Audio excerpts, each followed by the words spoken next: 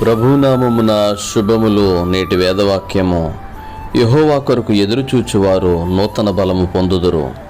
వారు పక్షిరాజుల వలె రెక్కలు చాపి పైకి ఎగురుదురు. అలయక పరుగెత్తుదురు, సమస్యలక నడిచిపోదురు. యెషయా గ్రంథము 40వ అధ్యాయము 31వ వచనము. ప్రార్థింతుము.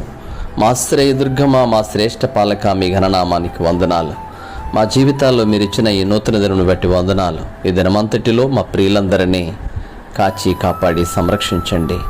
నీ కొరకు ఎదురు చూచేవారినిగా, నిరీక్షించేవారినిగా ఆశీర్వదించండి. జన్మదినము కానీ వివాహ దినము కానీ జరుపుకుంటూ ఉంటే ఆ దీవెనలను వారికి దయచేయండి. నూతనముగా తలపెట్టినటువంటి వారి కార్యములను నెరవేర్చండి. వారు చేయనిదంతయు సఫలము చేయండి. ఆయురారోగ్య బలములతో వారిని నింపండి. మేలు చేసి మీరు మహిమ పొందుమని యేసు నామములో అడిగి వేడుకొనుచున్నాం తండ్రి. ఆమెన్. త్రియేక దేవుని మీకు తోడేండును గాక. ఆమెన్.